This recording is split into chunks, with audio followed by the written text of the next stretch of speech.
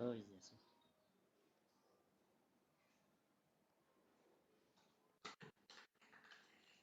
Di screen enggak. Nah, wis. Kelihatan enggak? Sudah kelihatan ya semua ya.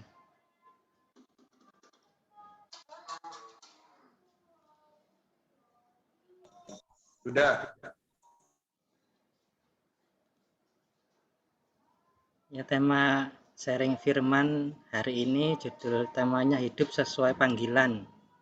Ayatnya di Efesus 4 ayat 1 sampai 6. Di Efesus 4 1 sampai 6 judulnya kesatuan jemaat dan karunia yang berbeda-beda. Sebab itu aku menasihatkan kamu, aku ini Paulus, orang yang dipenjarakan karena Tuhan, supaya hidupmu sebagai orang-orang yang telah dipanggil berpadanan dengan panggilan itu. 2. Hendaklah kamu selalu rendah hati, lemah lembut dan sabar. Tunjukkanlah kasihmu dalam hal saling membantu. 3. Dan berusahalah memelihara kesatuan roh oleh ikatan damai sejahtera. Satu tubuh dan satu roh, sebagaimana kamu telah dipanggil yang terkandung dalam panggilanmu. 5. Satu Tuhan, satu iman, satu baptisan. 6. Satu Allah dan Bapa dari semua, Allah yang di atas semua, dan oleh semua, dan di dalam semua. Nasihat Paulus. Tulisan Paulus kepada jemaat di Efesus mengatakan bahwa orang yang sudah percaya Yesus Kristus supaya hidup seperti orang-orang yang telah dipanggil berpadanan dengan panggilan. Arti kata berpadanan adalah berimbang atau sebanding dengan atau sesuai dengan. Jadi selain hidup sehari-hari di mana saja kita berada dan sebagai apa, melakukan apa saja, Paulus menasihatkan supaya hidup kita sesuai dengan panggilan. Panggilan siapa? Siapa yang memanggil dan dipanggil jadi apa? Panggilan siapa? Ya, siapa yang memanggil? Di Roma 1 ayat 6 dituliskan, kamu juga termasuk di antara mereka, kamu yang dipanggil menjadi milik Kristus. Jadi yang pertama kita dipanggil untuk menjadi milik Kristus. Yang memanggil ya Yesus Kristus. Yesus Kristus punya kuasa untuk memanggil kita menjadi miliknya, karena Yesus itu Allah, Allah penebus kita.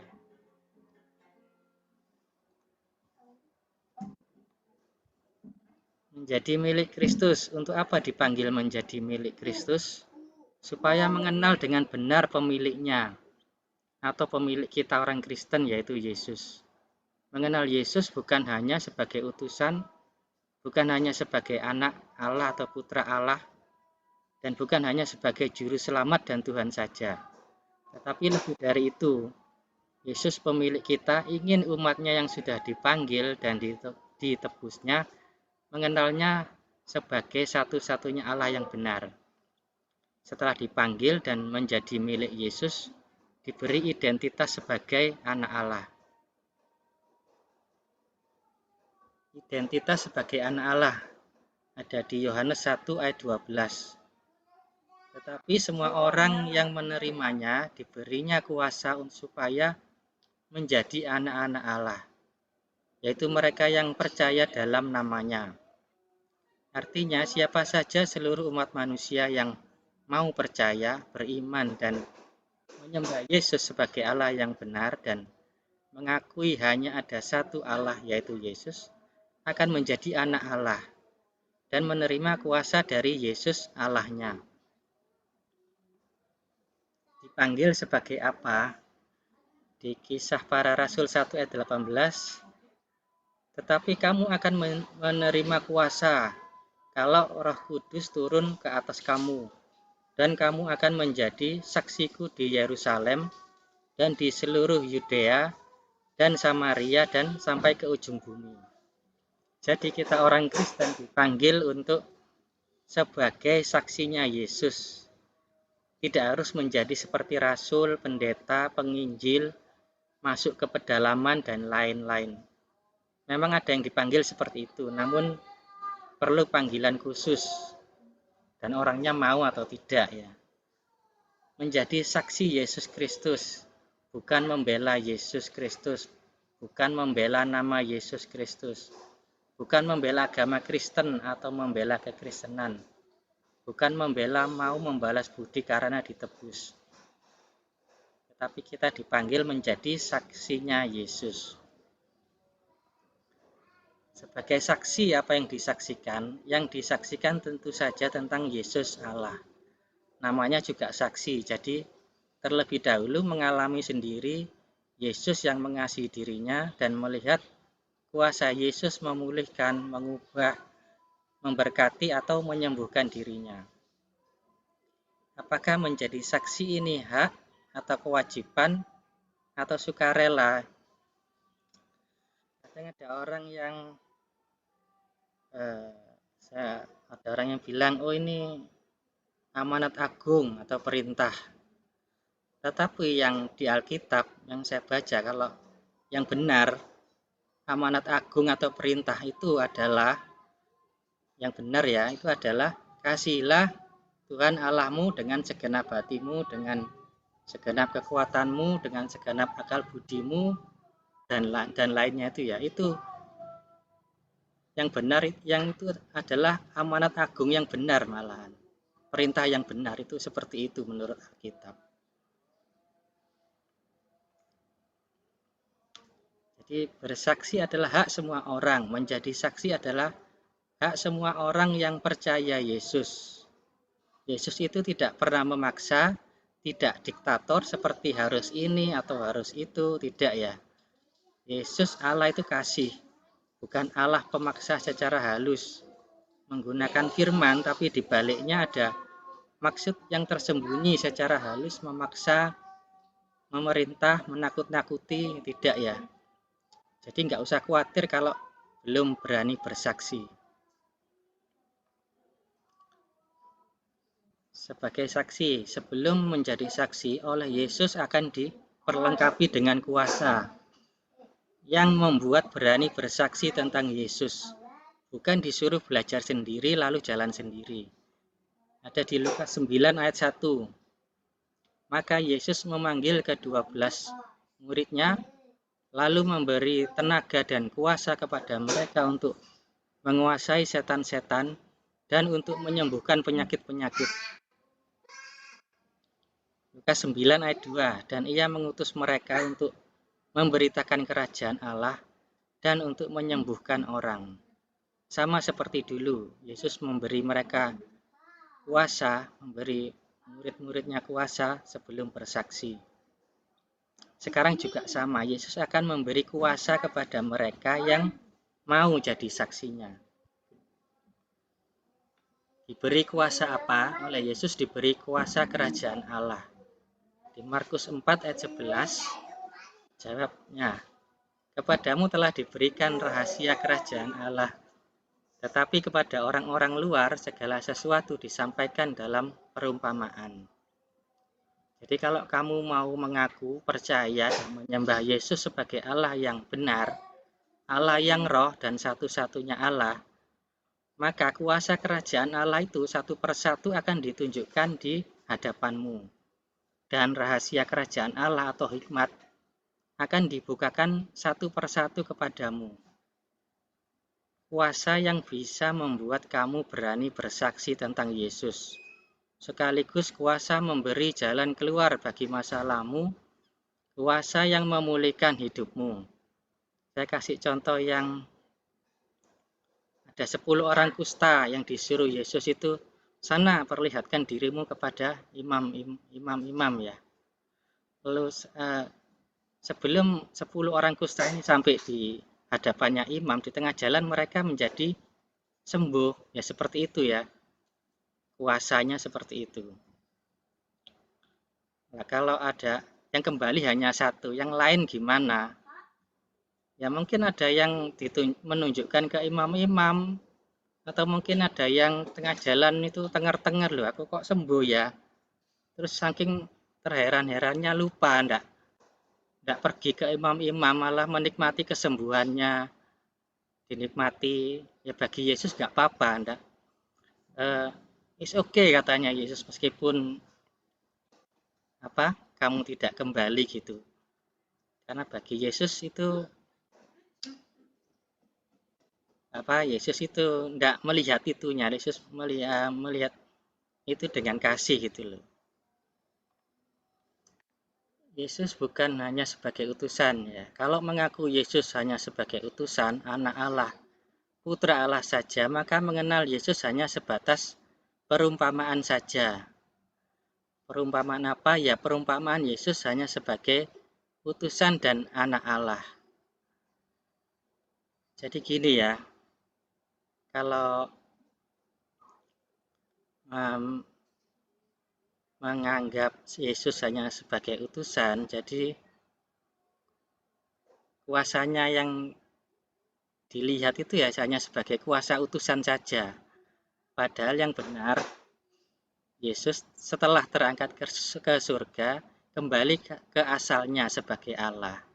Maka Yesus punya kuasa Allah. Pernah dengar doa sudah doa dan tanya tapi lama belum mendapat jawaban. Tanya ke orang mendapat jawaban, sabar ya dan tetap setia. Karena doa itu ada yang langsung dijawab, ada yang tunggu, ada yang tidak, atau ditembak dengan yang menghalangi pertolongan Tuhan adalah dosamu.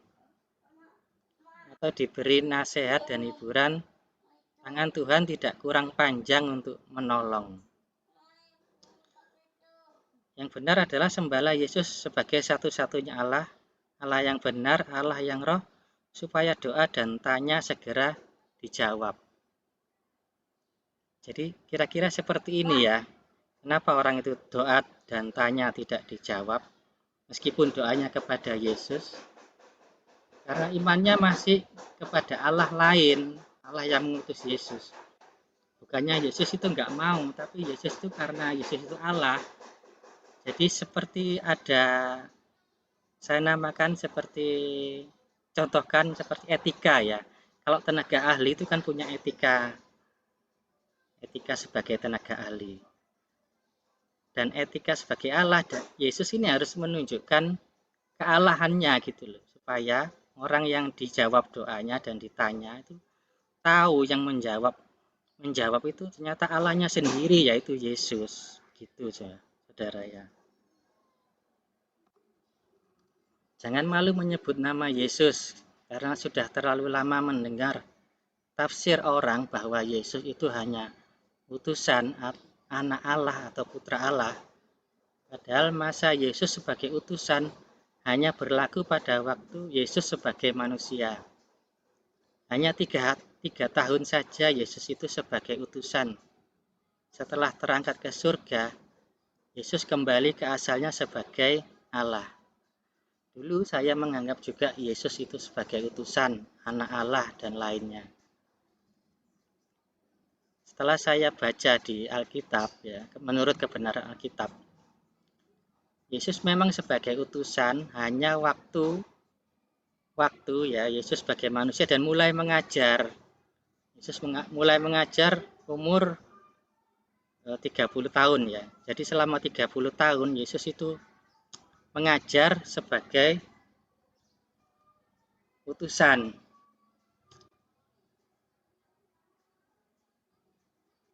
Jadi kalau Anda lihat kalender itu tulisannya tahun 31, 32, 33. Nah, selama 3 tahun itu aja Yesus itu sebagai utusan. Setelah menebus dosa, terangkat ke surga, Yesus itu kembali ke asalnya sebagai Allah.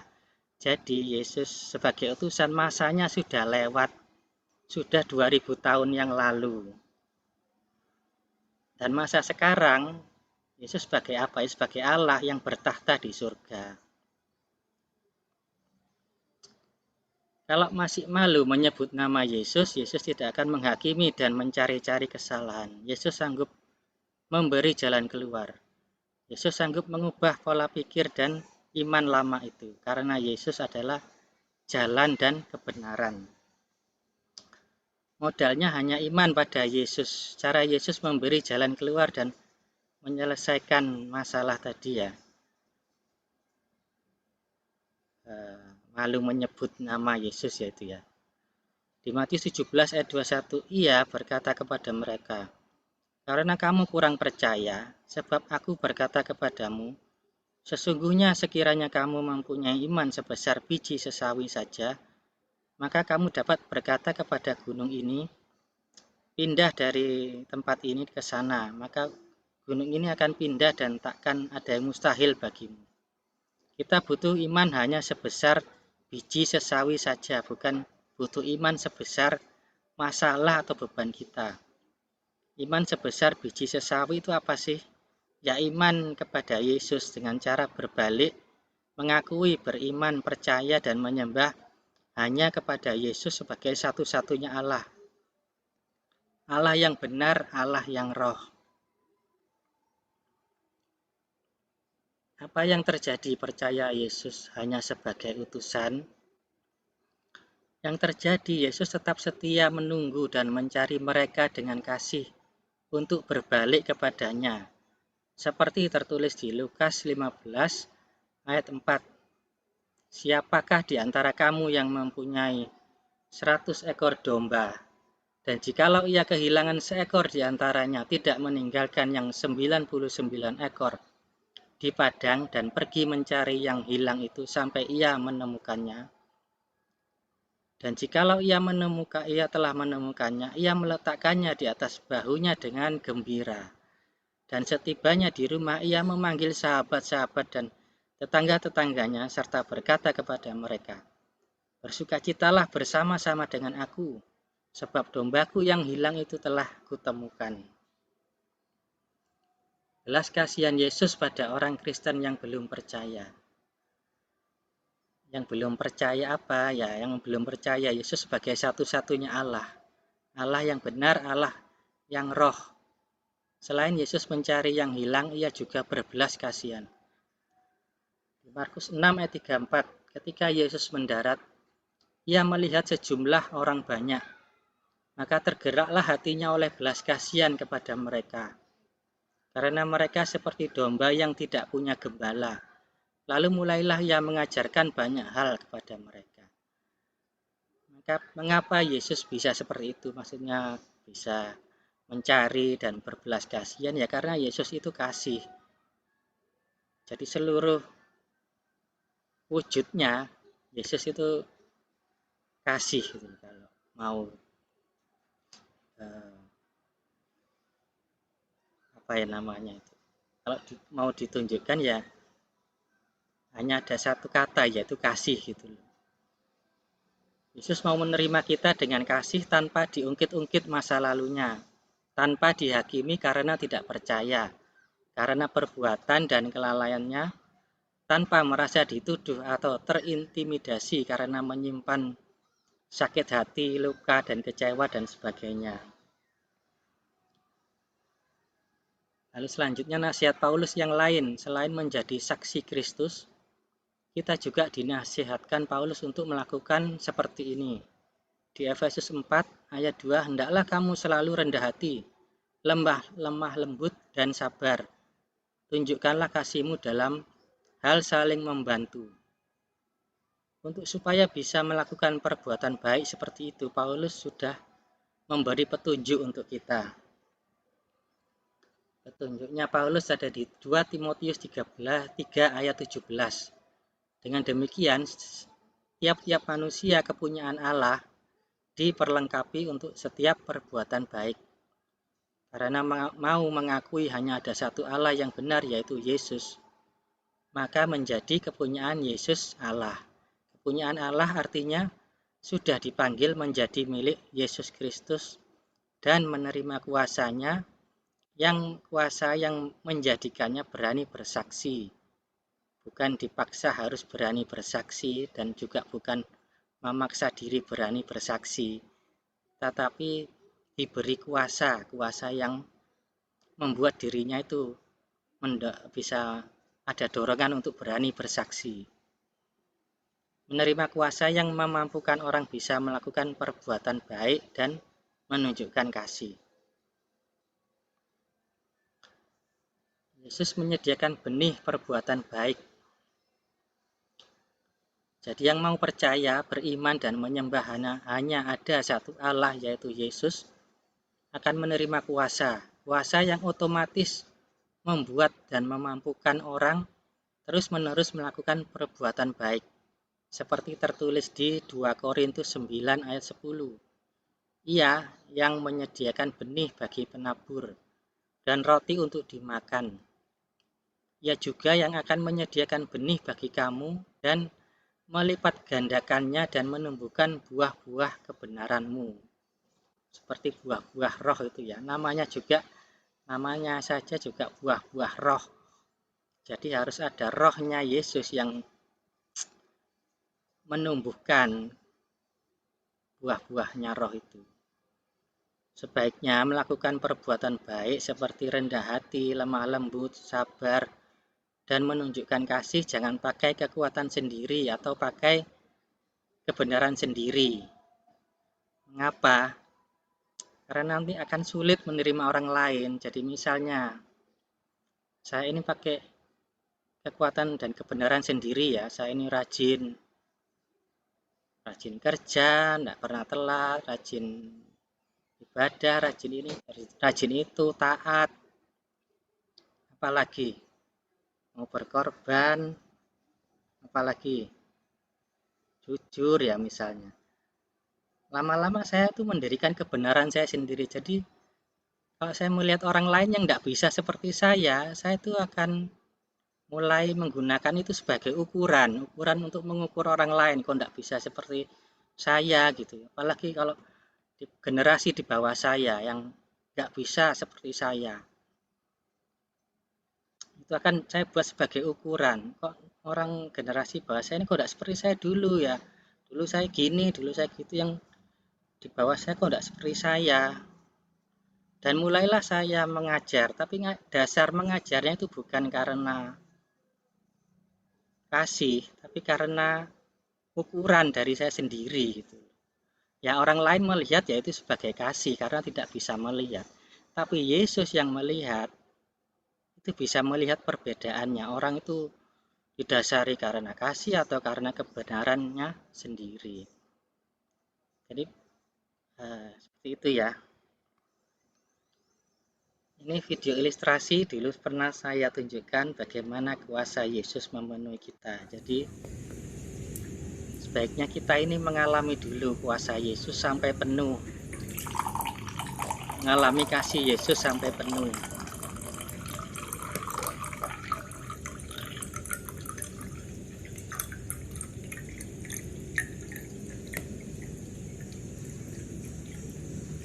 Dan kalau sudah penuh, yang tumpah ini bukan karena kita ini apa ya, yang tumpah ini karena sudah dipenuhkan. Jadi kita ada dorongan untuk hasil dari mengalami kasih, mengalami kuasa itu, kita mengalami kepenuhan yang ditumpahkan ini hasilnya.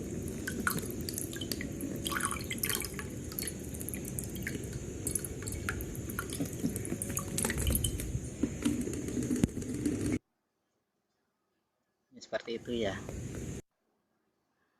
Nasihat Paulus yang lain lagi di Efesus 4 ayat 3. Dan berusahalah memelihara kesatuan roh oleh ikatan damai sejahtera.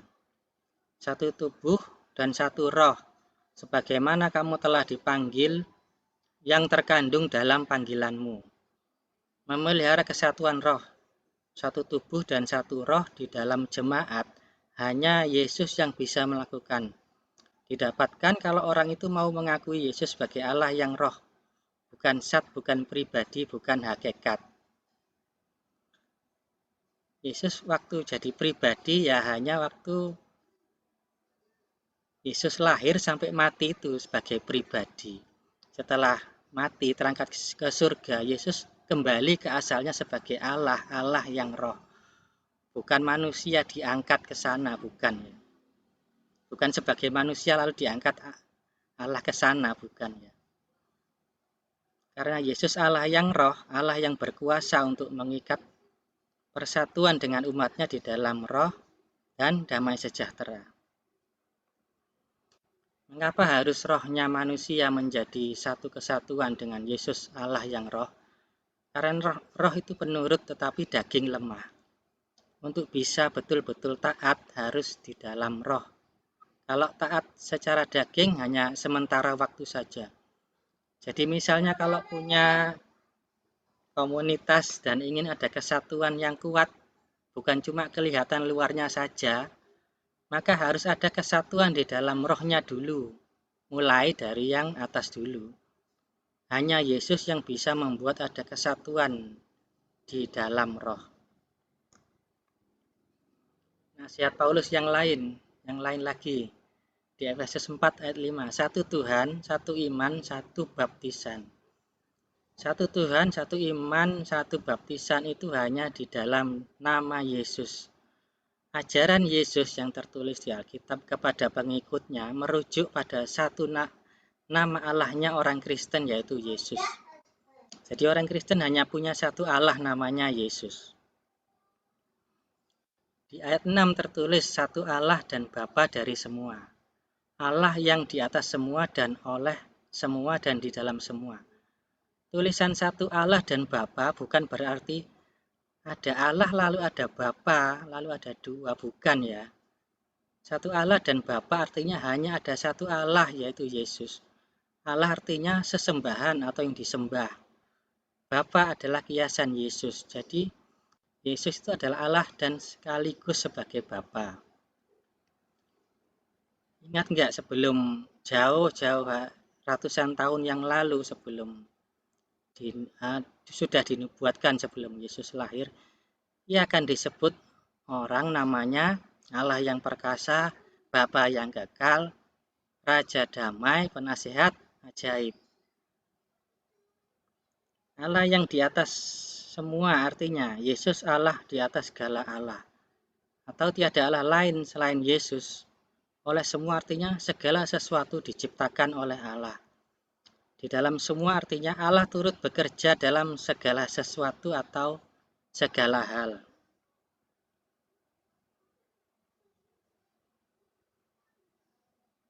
Ajaran Paulus mengajarkan hanya ada satu Allah, yaitu Yesus sebagai Allah yang benar. Apa benar Paulus menyembah Yesus sebagai Allah yang benar? Tentu saja, karena yang ditemui Paulus di jalan, yaitu cahaya yang membuat matanya buta adalah Yesus. Cahaya yang seperti terang itu adalah Yesus. Dan yang menyembuhkan Paulus juga Yesus lewat perantaraan seseorang yang sudah percaya dan menyembah Yesus sebagai satu-satunya Allah yang benar.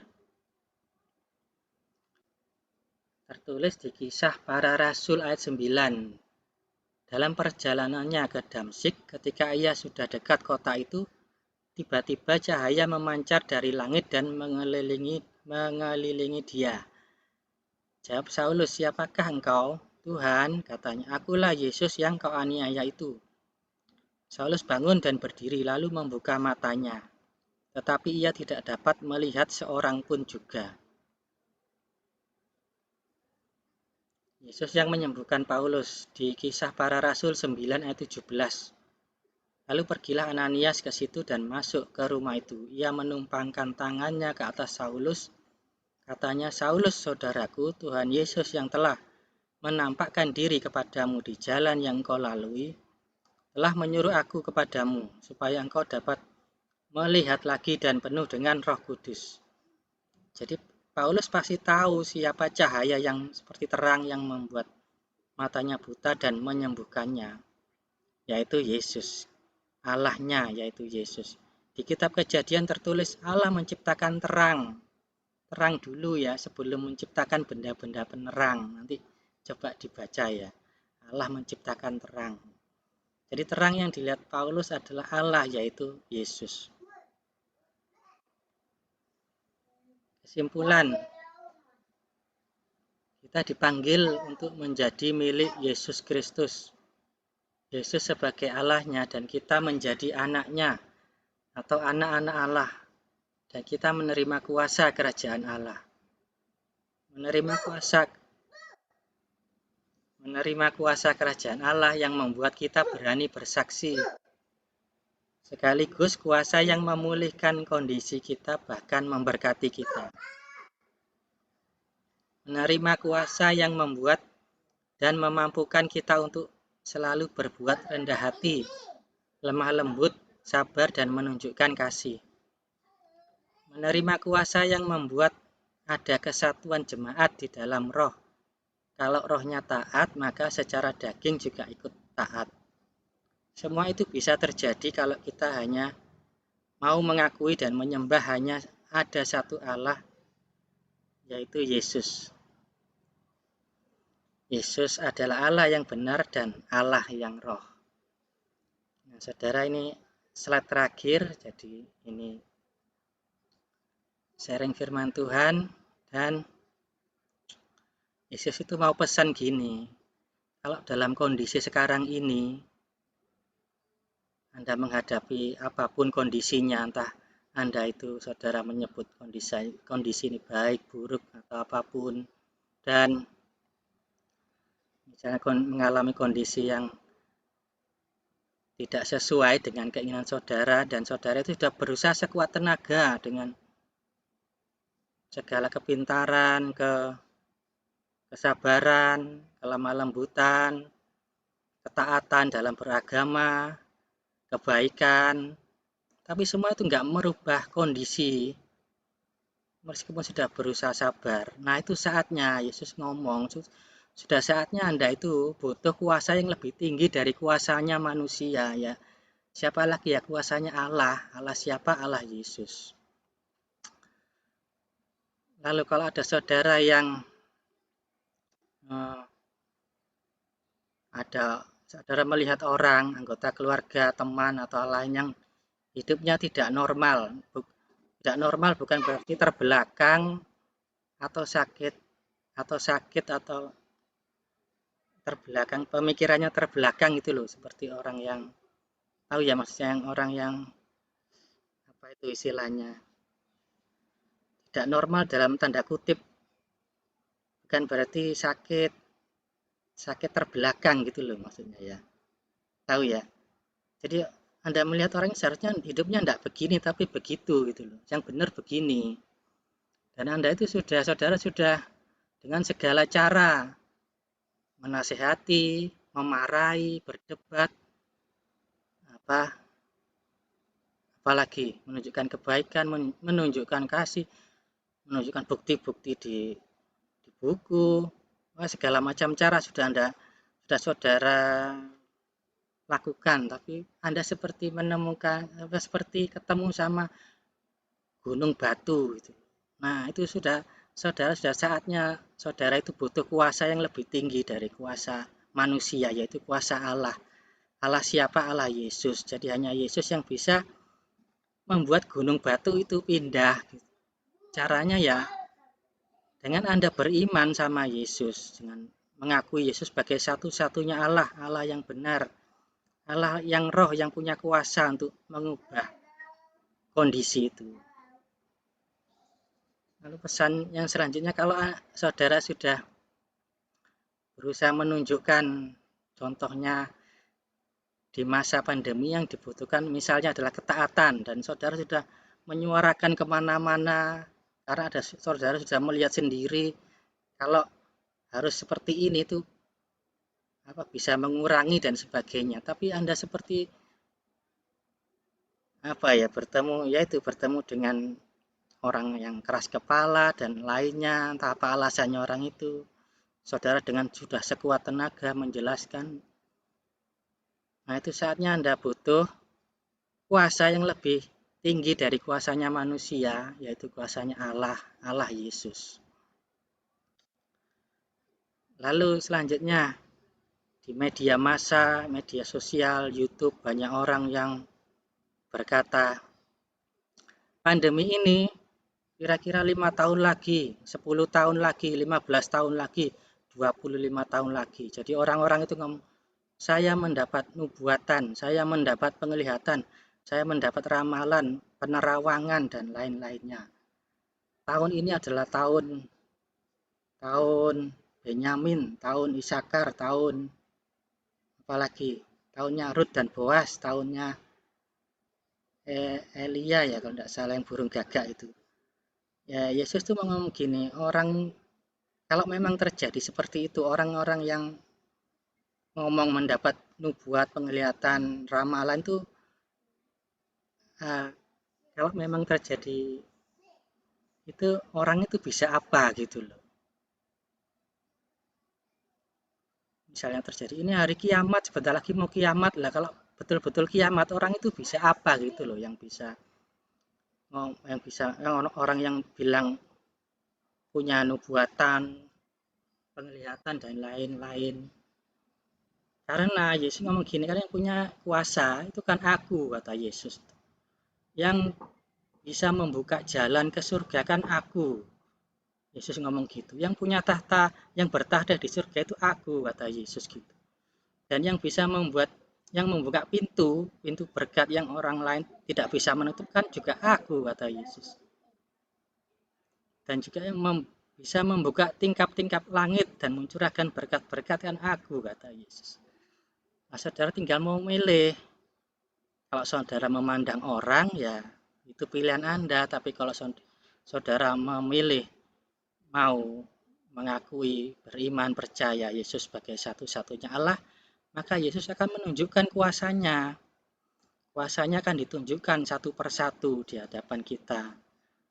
Kuasa kerajaan Allah itu, Yesus sebagai rajanya, Allahnya, akan ditunjukkan kepada kita. Nah, gimana saudara?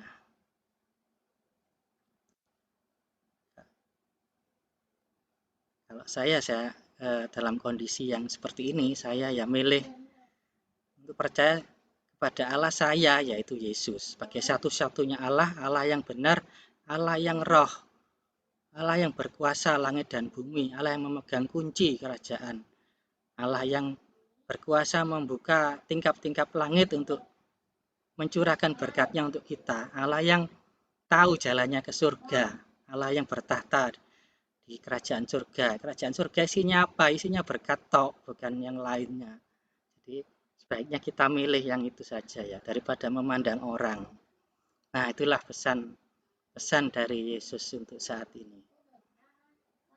Ya saudara, terima kasih untuk sudah mengikuti ibadah sharing firman ini. Saya akhiri dulu slide-nya.